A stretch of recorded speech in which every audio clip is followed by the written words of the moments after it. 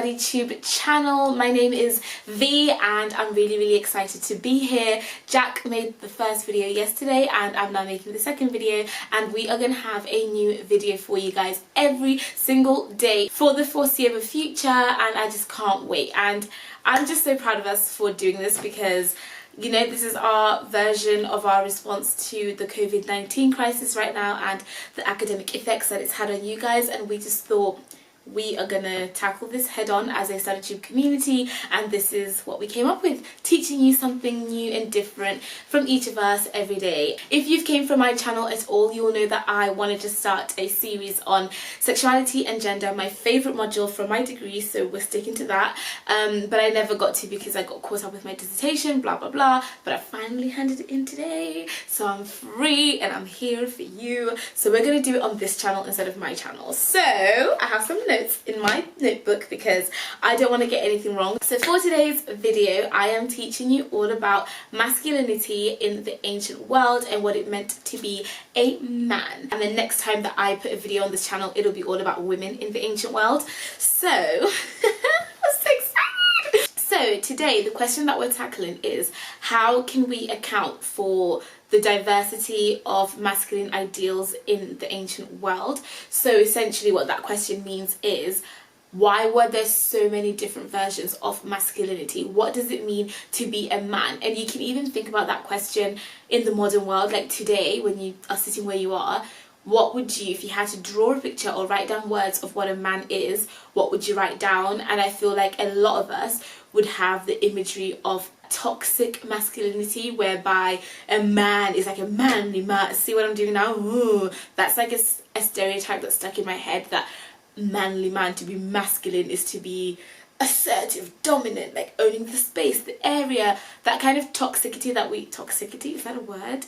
That toxicness that we all recognise. So from what I learned in class, gender within the ancient world is split up between sexuality and also class. So it really depends on the society you're living in, your surroundings, and what that version of masculinity means. So in that sense, masculinity is essentially fluid and ever-changing. There is no set standard of what it means to be a man and how to be a man, because if you're poor versus if you're rich, what it means to be a man changes drastically. And I've got some examples in here and I'm going to try and put photos up so that you guys can see what I'm talking about.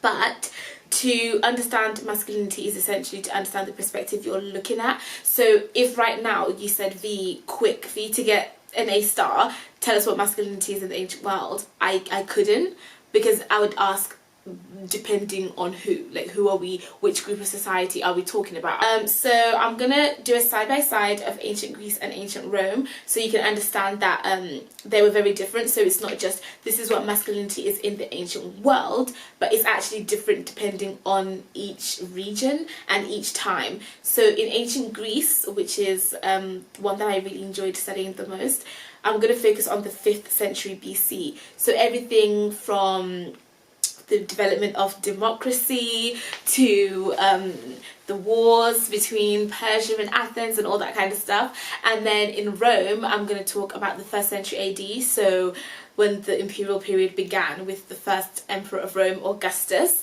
Yes, so I'm going to be talking about 2 different periods and then kind of reflecting on how their versions changed and altered.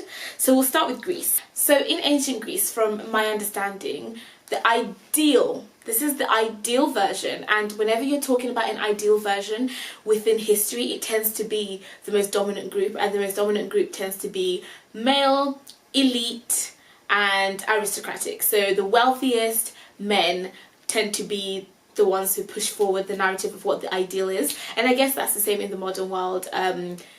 The people with the most money get to set the rules and standards, really. So yeah, so in the ancient world, in ancient Greece, in the 5th century BC, the ideal man would be the man who's naked, which is shocking because you'd think why, but in Greece to be naked is to be heroic, it's to be closer to godliness. And yeah, a lot of powerful men were depicted naked in statues and sculptures because that was their way of distinguishing themselves the advanced, forward-thinking Greeks who had all of this technology and advancement to distinguish themselves against the barbarians, the people who they were fighting. So the Persians, for example. So when you look at a lot of vase paintings from the 5th century BC, you will see that the Persian men are often drawn wearing pyjamas and like flimsy shoes and flimsy hats while they're in battle, carrying a sword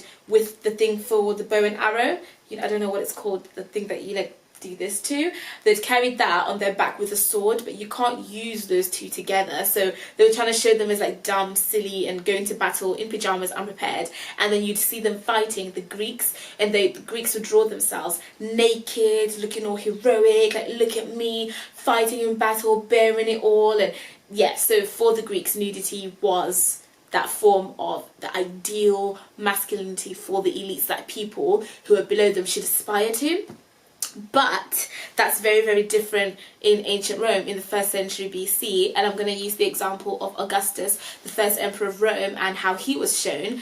He was shown dressed in full armour, in his Roman attire, showing himself standing up as a traditional man of morals, value, a ruler, someone who asserts power. He's at the top tier of society, and this is how he's shown, and that's how all the other people below him should aspire to be. You can even see, if I'm showing the right picture, on the breastplate of his attire, he's got different characteristics and personifications of things like the mother god, people who are virtuous and are leading the way of traditions and values.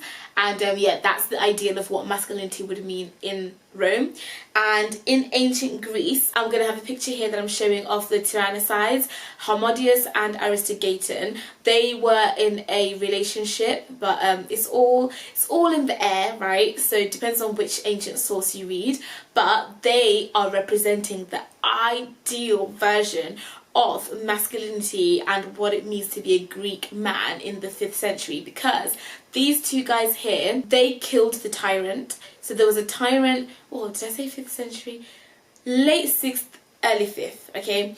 They killed a tyrant, and that tyrant was causing hell and havoc in ancient Greece, so it's rumoured. So they, to get freedom for the people and to promote democracy, they killed the tyrant. But the story is so complicated, we'll do this a different day, but they didn't really kill the tyrant, they killed the tyrant's brother, but they were told they killed the tyrant, so people said, oh my god, they killed the tyrant. So they became this representation of two people who were fighting for what's right, and they're shown naked, you see, they're shown naked, they're shown standing like this, showing ultimate power. And this, for men of middle class, not so much those naked aristocrats over there, but more the men of the middle class, this was their version of masculinity. It was men who stood up for what was right, their democracy, their rights, and the rights of the people all together. That's what these two men stood for, and they were like praised for it, and they became symbols of democracy. So much so that a ruler of Persia called Xerxes, when he came to sack the Acropolis of Athens, to like destroy it and burn it down,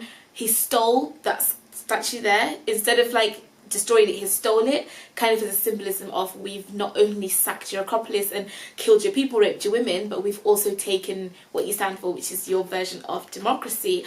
Moving on to this other side in Rome, so their version of masculinity, like I said, was all about what it meant to be a man of honour, value and tradition, and had to stand up. And when Augustus took over Rome after his father, Julius Caesar, had been killed, well, that was his adopted father, but you know what I mean. His adopted father, Julius Caesar, was killed, so then Augustus went to reap revenge, blah blah blah, and then he took over Rome.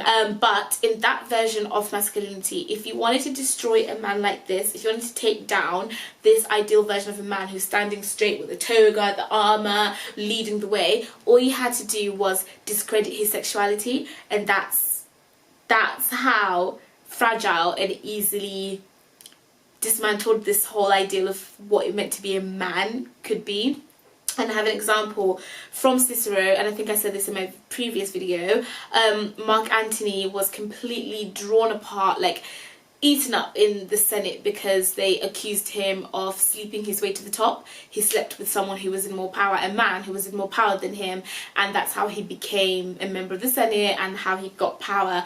And men would bring him down because of that, because they'd say for members of the Senate, of the elite, if they were accused of acting like a woman in any sense, and that meant to be the submissive partner within the bedroom, you were no longer seen to be fit to rule, lead, or to have a powerful position in society or in politics. Yeah, so another version of masculinity within Greece was for people like politicians, for example, or those who were public servants. They were speech makers and they were respected because of their oratory skill. So not the fact that they could go to battle or fight or be naked on a vase or whatever, but these men were respected because of the power of their speeches and how they could get the nation together for war or whatever through words. So men like that I would compare to in the modern day to someone like Barack Obama. And Barack Obama is a man who you might not necessarily have said is the most masculine in terms of whatever the standard version of masculinity is, that whole rough and ready, beard, muscles, da da da.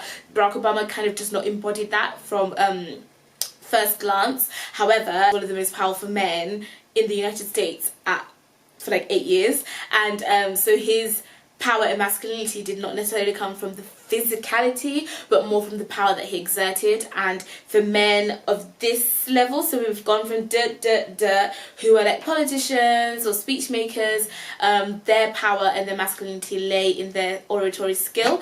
And then you have another members of society called like philosophers, for example, so Plato, Aristotle, Socrates, men like that I'm sure you guys have heard of endless amounts of times in school if you study religious education and things of that nature. But yeah, people like those were respected as well, and they had a version of masculinity, but it wasn't necessarily that ideal of nudity or for them having to be out on the field working. Their masculinity came from their ability to be able to think deeply and to explore questions and to question morality and all that kind of stuff. And their masculinity was fragile in its own sense. I can't think right now how. Maybe if their intelligence was questioned, I guess that's how their masculinity could be broken, but I can't think. Maybe you can comment down below what you think.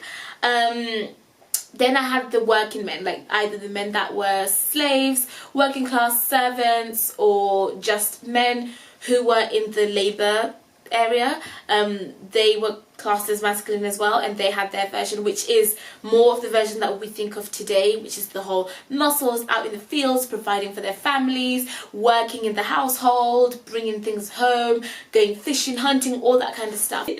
Yeah, so my overall conclusion, sorry to cut this short, but my overall conclusion is that masculinity was extremely fragile in the ancient world for different groups, but that the one thing that binds all of it is the fear of being called a woman or of losing your place within your version of masculinity. So each group member adapts to all of the ideals of whatever that version of their masculinity is and makes sure that they are dominant and tries to push them forward to make sure everyone knows I belong, I belong, I belong. But overall, for this topic of masculinity and what it meant, yeah, it came down to your attire in Rome, your toga, how you show it through your clothing and your status. Here, it didn't matter about clothes per se, they actually liked being naked, but it was more about how you behaved in society and your status, your money, whatever. My overall conclusion is that masculinity is fluid, ever-changing, depending on the time, the place, and the people,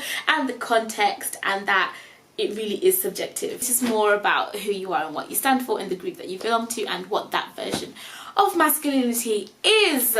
And that's what I think. That is my lesson on sexuality and gender masculinities in the ancient world. Hope you guys enjoyed. I'm pretty sure I got a few facts wrong. I'm pretty sure I didn't make sense, but if I did, let me know down below. Let me know what you want to see next time. Is either I come on and talk to you guys about what it meant to be a female, so femininity in the ancient world and the different kinds, or I can come on and talk about homoeroticism and homosexuality, or I can do both. Just which one do you want first? So which one do you want me to do next time, and then the one that doesn't get chosen I'll just do it the other time. Yeah, so bye, love you guys so much, and thank you so much for joining us on the StudyTube channel.